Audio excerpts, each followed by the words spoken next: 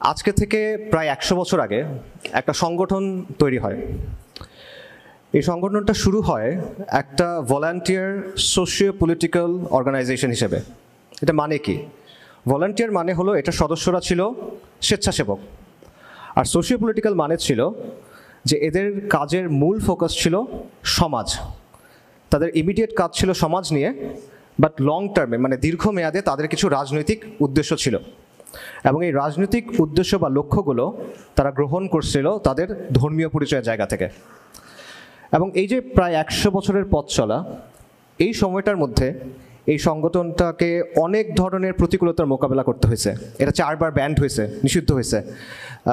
বিভিন্ন ধরনের এদের যে নেতারা ছিল তাদেরকে জেলে যেতে হয়েছে, নানা ধরনের অন্তর্দ্বন্দ্ব হয়েছে, ক্রাইসিস হয়েছে, কিন্তু এখনও পর্যন্ত সেই সংগঠনটা টিকে আছে।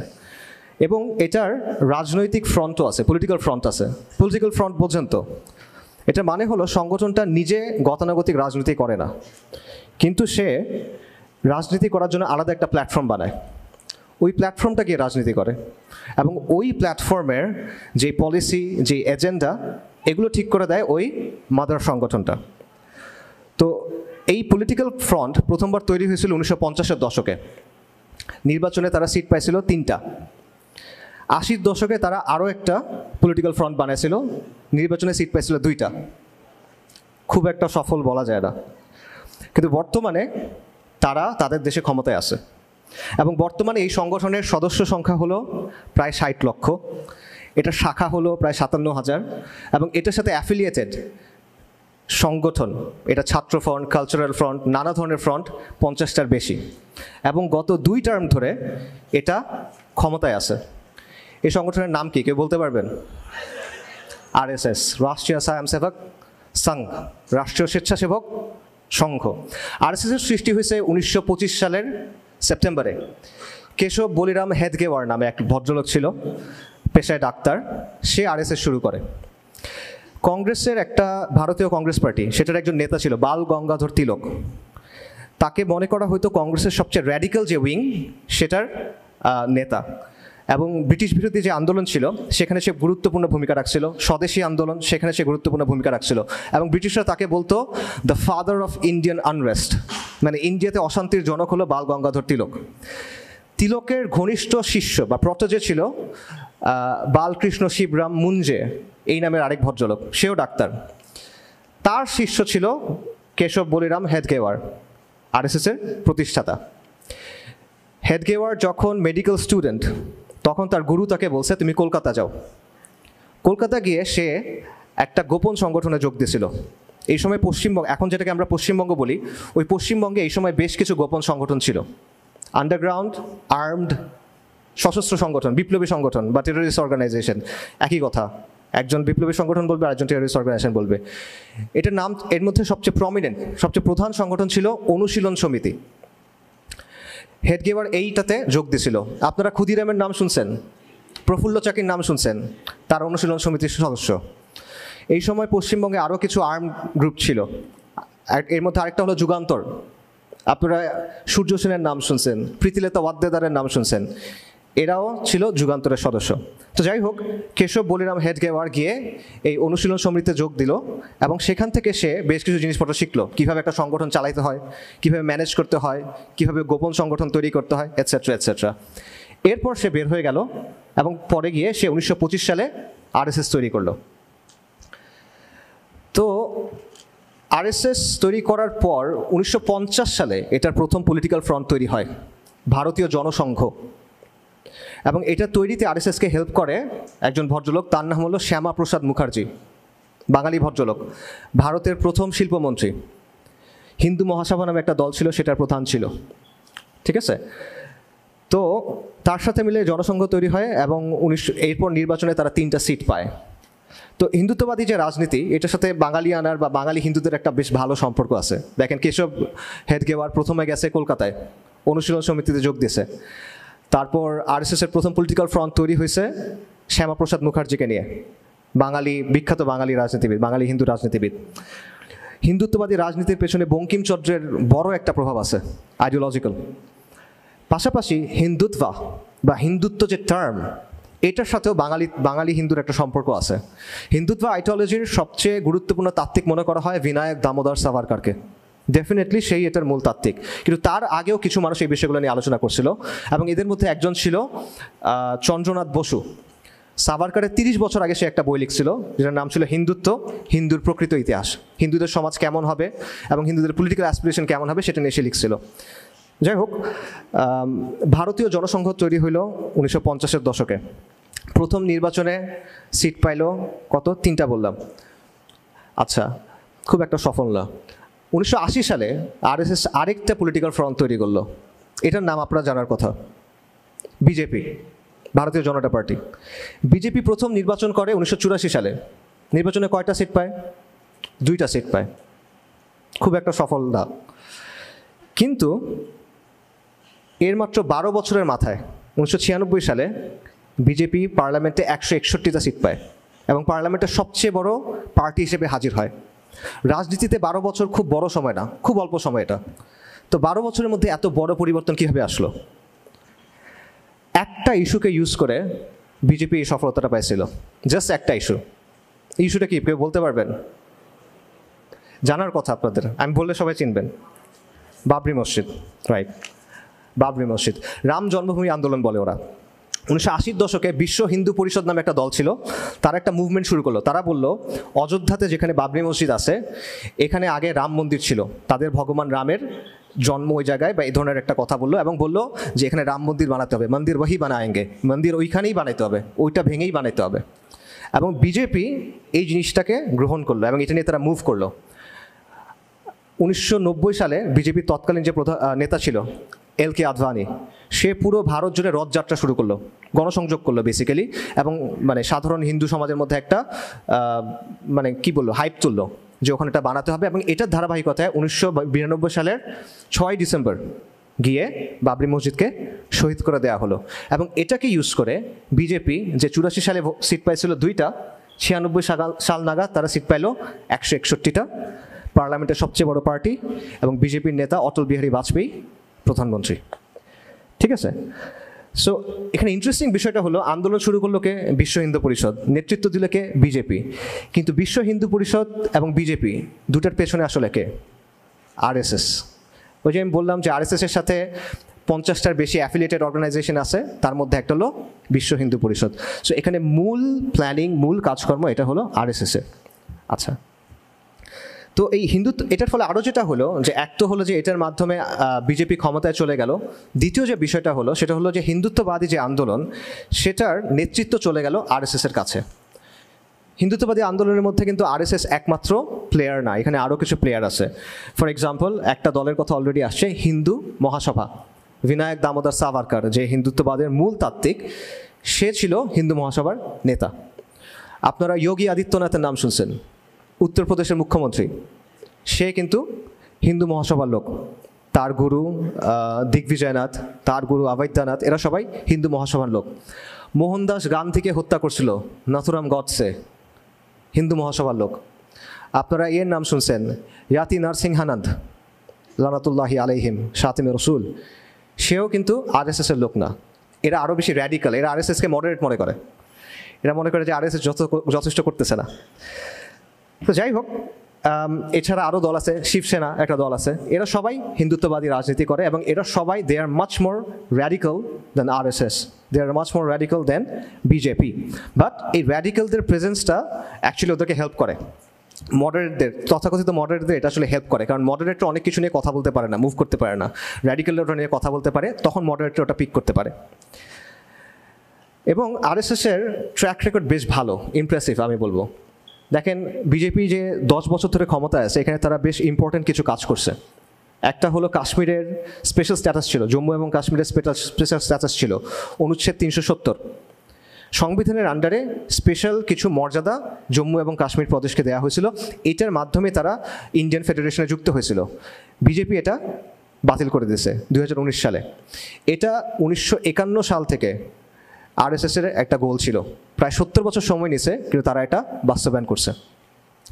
আরেকটা হলো সিএএ, সিটিজেনশিপ অ্যামেন্ডমেন্ট অ্যাক্ট। এটা আপনারা জানেন যে এটাও 2019 সালে পাশ করা হয়েছে, এবং বিশেষ করে আসামে, আপনাদের কাছে লক্ষ লক্ষ মুসলিমকে বেসিক্যালি সেকেন্ড ক্লাস সিটিজেনে পরিণত করা হয়েছে, তাদের নাগরিকত্ব অস্বীকার করা হয়েছে, অনেককে ডিটেনশন সেন্টারে রাখা হয়েছে। এবং এটাও হিন্দুত্ববাদী রাজনীতির একটা খুব গুরুত্বপূর্ণ এজেন্ডা। কেন? কারণ সাভারকারের বক্তব্য ছিল যে ভারতে যদি মুসলিমদের থাকতে হয় তাহলে তাদের হিন্দু হয়ে যেতে হবে, কালচারালি হিন্দু হয়ে যেতে হবে, আকিদাগতভাবে যাই থাকুক। আর যদি তারা এটা না করে তাহলে তাদের এখানে থাকতে হবে সেকেন্ড ক্লাস সিটিজেন হিসেবে। তো এই যে সিএএ হইল, সিটিজেন অ্যামেন্ডমেন্টশিপ অ্যাক্ট, এটার মাধ্যমে বেসিক্যালি অ্যাটলিস্ট আসামে মুসলিমরা সেকেন্ড ক্লাস সিটিজেনে অলরেডি পরিণত হয়ে গেছে।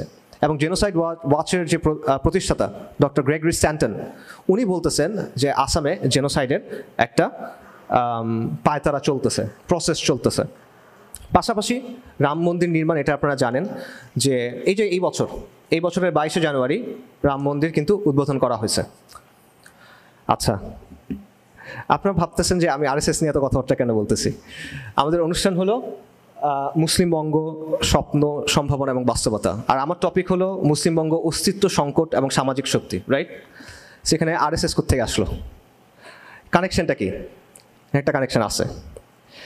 আচ্ছা, আমাকে বলেন, এই যে প্রায় 100 বছরের পুরনো একটা সংগঠন, যাদের সদস্য 60 লাখ, যাদের সাথে অ্যাফিলিয়েটেড প্রতিষ্ঠান 50টার বেশি, যারা 2 টার্ম ধরে ক্ষমতায়, যাদের 57,000-এর বেশি শাখা, এদের আলটিমেট গোল কি? অখণ্ড ভারত। অখণ্ড ভারত কি? অখণ্ড ভারত মানে হলো আফগানিস্তান থেকে শুরু করে বার্মা পর্যন্ত একটা পলিটিক্যাল এন্টিটি হবে, রাইট? একটা পলিটিক্যাল এন্টিটি হবে এবং এটা একটা হিন্দু রাষ্ট্রের অধীনে থাকবে। এটা হলো অখণ্ড ভারত। এবং এটা একটা বেসিক্যালি এক্সপ্যানশনিস্ট পলিটিক্যাল প্রজেক্ট, একটা সম্প্রসারণবাদী রাজনৈতিক প্রকল্প। এই বিশাল এরিয়া তারা নিজেদের নিয়ন্ত্রণে আনতে চায়। আরএসএসের একজন মুখপাত্র ছিল রাম মাধব, এখনও আছে। 2015 বা 16 সালে আল জাজিরাতে তার একটা সাক্ষাৎকার ছিল, আপনারা অনেকে হয়তো দেখছেন, মেহেদি হাসানের সাথে। সেখানে সে বলতেছে যে আরএসএস এখনও বিশ্বাস করে যে এই জায়গাগুলো, বাংলাদেশ, পাকিস্তান, এই টাইপের জায়গাগুলো, যেগুলো এই অল্প কিছুদিন আগে আলাদা হয়ে গেছে, 60 বছর আগে, এরা আবার একসাথে হয়ে অখণ্ড ভারত প্রতিষ্ঠিত হবে। ওপেনলি বলছে। কিভাবে হবে? 2 জার্মানি ভাগ হয়ে গেছিল, তারা এক হয়েছে না? এক হয়েছে তো। 2 ভিয়েতনাম আলাদা হয়ে গেছিল, তারা এক হয়েছে। ইউরোপিয়ান ইউনিয়নের মতো ফেডারেশন তৈরি হয়েছে। এরকম কোনোভাবে হবে? সমস্যা কই? আসামের মুখ্যমন্ত্রী হেমন্ত শর্মা, সে 2022 সালে বলছে যে রাহুল গান্ধীকে বলতেছিল যে ভারত পাকিস্তান বাংলাদেশ এক করে অখণ্ড ভারত বানাও না কেন তোমরা, এটা বলতেছিল। তারপর আরএসএসের যে প্রধান মোহন ভাগাবত, তার একটা বক্তব্য আছে গত বছরের। সে বলতেছে যে এখন যারা তরুণ, এরা বুড়ো হওয়ার আগে অখণ্ড ভারত প্রতিষ্ঠা হয়ে যাবে। 2022 সালের বক্তব্য আছে, সে বলতেছে আমাদের গাড়ি ছেড়ে দিছি আমরা, গাড়ি চলতেছে, এই গাড়িতে কোনো ব্রেক নাই, খালি এক্সেলারেটর আছে, এই গাড়ি থামবে না, যে থামাতে চেষ্টা করবে সে ধ্বংস হয়ে যাবে। এই স্পিডে যদি চলি 20 থেকে 25 বছরের মধ্যে অখণ্ড ভারত প্রতিষ্ঠা হয়ে যাবে। আর যদি একটু বেশি জোরে চালাবো আমরা, তাহলে 10 থেকে 15 বছর। এটা আরএসএসের প্রধানের কথা, ঠিক আছে? এখন আরএসএস প্র্যাগম্যাটিক, তারা পেশেন্ট, সবরের সাথে কাজ করে, বাস্তববাদী। প্রমাণ তো আমরা দেখলাম, আমি আপনাদের কিছু প্রমাণ বললাম। এবং দেখেন, এই যে 23 সালে ভারতের একটা নতুন সংসদ ভবন উদ্বোধন হয়েছে নিউ দিল্লিতে। সেখানে একটা মিউরাল, মানে একটা বড় স্থাপত্যকর্ম তারা রাখছে, এখানে একটা ম্যাপ আছে। ওই ম্যাপটা কিন্তু ইন্ডিয়ার বর্তমান ম্যাপ না, ওটা অখণ্ড ভারতের ম্যাপ। অর্থাৎ দে মিন বিজনেস, তারা সরাসরি বলে যে তারা এটা চায় এবং তারা এখানে কোনো রাগঢাক করে না। এখন আসেন আমার আলোচনার সাথে এটার কানেকশন কি সেটা বলি। আচ্ছা, আরএসএস এবং হিন্দুত্ববাদী যে মুভমেন্ট, সেটা অখণ্ড ভারত প্রতিষ্ঠা করতে চায়। Does that concern us or not? এটা নিয়ে থেকে আমরা চিন্তা করা উচিত নাকি না? তাদের অখণ্ড ভারতের মধ্যে কি আমরা পড়ছি কি না? পড়ছি। যারাই এখানে পড়ছে তাদের সবার এটা নিয়ে চিন্তা করা উচিত। আফগানিস্তান ছাড়া, আফগানিস্তানের মনে হয় এটা নিয়ে চিন্তা করার দরকার নাই। যারা সোভিয়েত ইউনিয়ন, হুবাল, আমেরিকাকে যারা হারাইছে, তাদের টাইম নাই ইন্ডিয়া নিয়ে চিন্তা করার, বাট বাকি আমাদের চিন্তা করার দরকার আছে। আচ্ছা, বিশেষ করে আমাদের জন্য, কারণ আমাদের 3 দিকে ভারত আর আমাদের একদিকে সমুদ্র, রাইট? সো এটা আমাদের জন্য কনসার্ন না শুধু, এটা আমাদের জন্য একটা থ্রেট, এটা আমাদের জন্য একটা এক্সিস্টেন্সিয়াল ক্রাইসিস। এক্সিস্টেন্সিয়াল ক্রাইসিস মানে কি? অস্তিত্বের জন্য হুমকি। মনে করেন একটা জাহাজ সমুদ্রের মধ্যে ঝড়ের মধ্যে পড়ছে, হারাই গেছে, ক্যাপ্টেন মারা গেছে, কম্পাস নাই, এটা হলো ক্রাইসিস। আর জাহাজ মনে করেন ফুটা হয়ে গেছে, পানি ওঠা শুরু করছে, এটা হলো এক্সিস্টেন্সিয়াল ক্রাইসিস। কারণ এখন তার কিছু করতে হবে, কিছু না করলে সে আলটিমেটলি ধ্বংস হয়ে যাবে।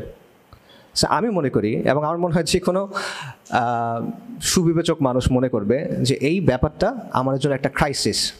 ঠিক আছে, এই যে প্রজেক্টটা, এই স্বপ্নটা, এটা একটা এক্সিস্টেন্সিয়াল ক্রাইসিস, এটা একটা এক্সিস্টেন্সিয়াল থ্রেট। অনেকে বলতে পারেন যে আরে ধুর, এগুলো কোনো সমস্যা না, এগুলো জাস্ট রেটরিক, এগুলো কিছু উগ্র সাধু বলে, পলিটিশিয়ানরা এগুলো ইউজ করে, বাট আলটিমেটলি এটা কোনো বড় ইস্যু হবে না। আর বর্তমান পৃথিবীতে আসলে এরকম কোনো কিছু হয়ও না। আর এই বিজেপি টিজেপি এটা পরের নির্বাচনে জিতবেও না, এগুলো নিয়ে এত চিন্তা করার কিছু নেই, এগুলো অ্যালার্মিজম। ঠিক আছে, আমি মানলাম, হ্যাঁ এটা হইতে পারে, এটা একটা সম্ভাবনা, বাট এটা কি একমাত্র সম্ভাবনা কিনা? এটা একমাত্র সম্ভাবনা না, এখানে অন্য সম্ভাবনা আছে। আর এখানে আমি কয়েকটা বিষয়ে পয়েন্ট আউট করব। এক নাম্বার, এই যে আমি কিছু এক্সাম্পল দিলাম, রাম মন্দির, জম্মু এবং কাশ্মীরের স্পেশাল স্ট্যাটাস এবং সিটিজেনশিপ অ্যামেন্ডমেন্ট অ্যাক্ট, এরকম বেশ কিছু এক্সাম্পল আছে। এগুলো কিন্তু দশকের পর দশক ধরে তারা বাস্তবায়ন করছে। এগুলো আমরা একসময় রেটরিক মনে করছিলাম। 92 সালে বাংলাদেশে কিন্তু লং মার্চ হয়েছিল, যারা বয়স আছে তারা জানবেন। আমরা কি তখন মনে করছিলাম এগুলো হয়ে যাবে?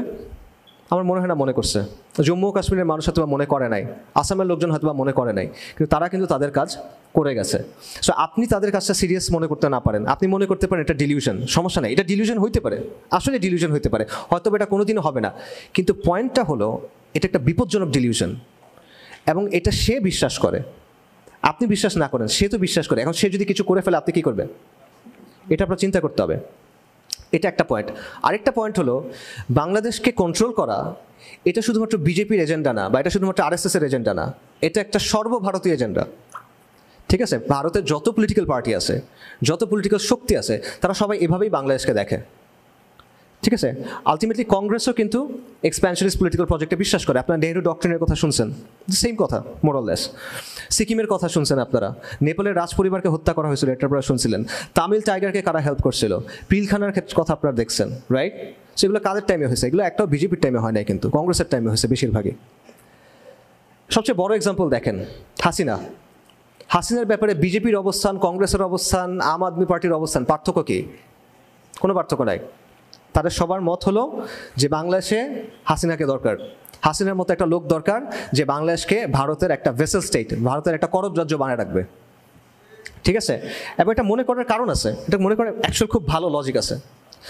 ঢাকা বিশ্ববিদ্যালয়ের ইন্টারন্যাশনাল রিলেশনশিপের প্রফেসর ডক্টর শহীদুজ্জামান, আমি ওনার একটা বক্তব্য দেখতেছিলাম, উনি বলতেছিল যে উনি নাকি একটা টক শোতে দেখছেন জয়শঙ্কর সাহেব, ভারতের পররাষ্ট্রমন্ত্রী, উনি বলতেছেন the very creation of Bangladesh is a threat to the north east provinces.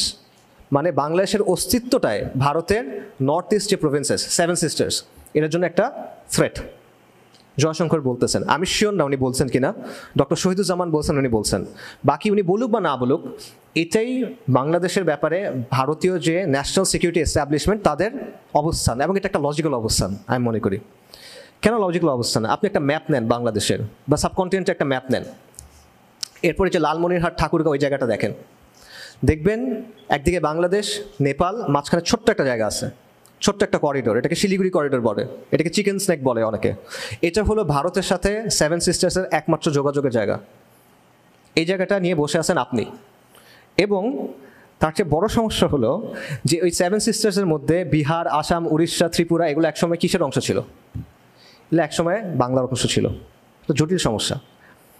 তো স্ট্র্যাটেজিকভাবে আমি যদি একজন ইন্ডিয়ান হইতাম, এটা আমার জন্য একটা বড় হেডেক হইতো, আমি এটা নিয়ে অনেক চিন্তা করতাম। এটা বড় সমস্যা, আসলে যৌক্তিক সমস্যা, আমি তাকে দোষ দিচ্ছি না। আসলে তার জায়গা থেকে সে চিন্তা করবে, আমার জায়গা থেকে আমি চিন্তা করব, রাইট? সো এই জন্যই তারা সবসময়, ভারতে যারাই পলিটিক্যাল পার্টি থাকুক, তারা সবসময় মনে করবে যে এখানে ভারতের হাসিনার মতো একটা সরকার দরকার, একটা দালাল সরকার দরকার, যে ভারতকে সব কিছু করতে দিবে, এখানে করিডোর দিবে, এখানে মিলিটারি প্রেজেন্স রাখতে দিবে, এটসেট্রা এটসেট্রা। এটা তারা চাইবে। লং রানে এটাই ভারতের একমাত্র এন্ড গেম। উপমহাদেশে সে একটা রিজনাল পাওয়ার হইতে চায়, সে একটা গ্লোবাল পাওয়ার হইতে চায়। তার পেটের ভিতরে সে এরকম একটা প্রবলেম নিয়ে টিকে থাকতে পারবে? এটা হয় না। একদিক থেকে দেখলে আমরা অনেক দুর্বল পজিশনে আছি, আমাদের 3 দিকে ভারত, একদিকে সমুদ্র। কিন্তু অন্য দিক থেকে যদি আপনি দেখেন, ভারতের জন্য বাংলাদেশ একটা বড় প্রবলেম, রাইট? সো আলটিমেটলি আপনি লজিক্যালি যদি চিন্তা করেন, তার জায়গা থেকে এটার একটা প্রপার সলিউশনের দিকে তার যাইতে হবে। বর্তমানে যে ডিজাইনের মধ্যে উপমহাদেশটা আছে, এটা সাস্টেইনেবল না। তার জায়গা থেকে তার কন্টিনিউসলি চেষ্টা করতে হবে এইখানে তার পেটের ভিতরে 20 কোটি মুসলমান নিয়ে, প্রায় 20 কোটি মুসলমান নিয়ে, এটা তো মানে সাস্টেইনেবল না তার জন্য, রাইট? সো এটা একটা বড় সমস্যা। তো আমি মনে করি যে এটা একটা অস্তিত্বের সংকট আমাদের জন্য। এটা হিন্দুত্ববাদ বাদ দেন, আরএসএস বাদ দেন, স্টিল এটা একটা অস্তিত্বের সংকট আমাদের জন্য। কারণ ভারত বারবার চেষ্টা করবে হাসিনার মতো কাউকে না কাউকে নিয়ে আসার। আওয়ামী জাহিলিয়াত আসছে কিভাবে? ভারতকে ছাড়া এটা পসিবল হইতো কিনা? এটা পসিবল হইতো না, এটা ইম্পসিবল। সো এখন প্রশ্ন হলো, এই অস্তিত্ব সংকট যদি আমাদের থাকে, সেটা আমরা ডিল করব কিভাবে? এটা মোকাবেলা করার স্ট্র্যাটেজি কী হবে? আচ্ছা, সো আমরা বলতেছিলাম যে আমাদের আলোচনা হলো মুসলিমবঙ্গ নিয়ে। তো মুসলিমবঙ্গের বিভিন্ন অর্থ হয়, এটা একটা পলিটিক্যাল অর্থ আপনি করতে পারেন, বাট আমি এটা একটা আরও সিম্পল অর্থ করি। আমি মনে করি মুসলিমবঙ্গ মানে হলো এই বাংলার মাটি, বাংলার মুসলিম, আমাদের ইমান, আমাদের মূল্যবোধ, আমাদের সমাজ, আমাদের সংস্কৃতি, আমাদের সন্তান, এগুলো নিয়ে হলো মুসলিমবঙ্গ। এবং এই মুসলিমবঙ্গের জন্য ভারতের এক্সপ্যানশনিস্ট প্রজেক্ট বলেন, তারা ন্যাশনাল সিকিউরিটি প্রজেক্ট বলেন, অথবা হিন্দুত্ববাদ বলেন, এটা একটা অস্তিত্বের সংকট। এটা একটা আমাদের জন্য একটা এক্সিস্টেন্সিয়াল ক্রাইসিস, লং টার্মে, এই মুহূর্তে না, বাট একটা লং টার্মে এক্সিস্টেন্সিয়াল ক্রাইসিস। এবং এরকম আরও অনেকগুলো ক্রাইসিস আমাদের সামনে আছে, আমাদের দেশের ভিতরেই আছে। পার্বত্য চট্টগ্রামের কথা চিন্তা করেন, আমরা দেখতেছি সেখানে এখন সেসেশনিস্ট মুভমেন্ট আছে, বিচ্ছিন্নতাবাদী মুভমেন্ট আছে, রাইট? কুকিচিন আপনার নাম শুনছেন, এটা কিন্তু একদম ওপেনলি বলছে তারা আলাদা কী চায়, রাষ্ট্র চায়। এখন একটু কথাবার্তা চেঞ্জ করছে, বাট ওপেন বক্তব্য আছে তাদের যে তারা এখানে আলাদা রাষ্ট্র চায়।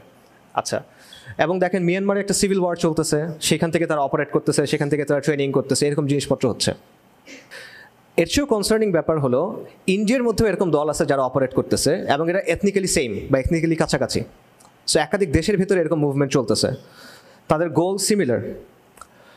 পাশাপাশি আপনারা আরেকটা তথ্য অ্যাড করেন যে আলেম ওলামারা অনেক বছর ধরে বলে আসতেছেন যে বাংলাদেশের পার্বত্য চট্টগ্রামে একটা খ্রিস্টান সংখ্যাগরিষ্ঠ রাষ্ট্র তৈরি করার পরিকল্পনা চলতেছে, পূর্ব তিমুরের মতো। এটা আপনারা শুনছেন না? অনেক বছর ধরে ওলামায়ে কেরাম বলে আসতেছেন। মিলান ব্যাপারগুলো, এগুলো ক্রাইসিস কিনা? পার্বত্য চট্টগ্রামে আরও অনেক আর্ম দল আছে, তারা একসময় স্টেটের বিরুদ্ধে যুদ্ধ করছে, দীর্ঘদিন স্টেটের বিরুদ্ধে যুদ্ধ করছে, এখন হয়তো বা চুক্তির মধ্যে আছে, বাট স্টিল ওখানে পিরিয়ডিক্যালি কিন্তু কি হয়, আনরেস্ট হয়। কিছুদিন আগেও স্লাইট আনরেস্ট হয়েছে। এখন আপনি বলেন যে 20 থেকে 30 বছর পর এই জায়গাটা, এই যে পার্বত্য চট্টগ্রাম যে এলাকাটা, এটার চেহারাটা আসলে কীরকম হবে আমরা জানি না কিন্তু আসলে, ঠিক আছে? একটা সম্ভাবনা হলো যে হ্যাঁ, তেমন কিছু হবে না, অল্প স্বল্প ঝামেলা হবে এখন যেরকম আছে, বাট আলটিমেটলি তেমন বড় কোনো কিছু হবে না। ওকে, হতে পারে, কিন্তু অন্য সিনারিও আছে কিনা? অন্য সিনারি আছে, আমার কাছে মনে হয় অন্য সিনারি আছে, এবং আমার কাছে মনে হয় এটাও একটা এক্সিস্টেন্সিয়াল ক্রাইসিস বাংলাদেশের জন্য।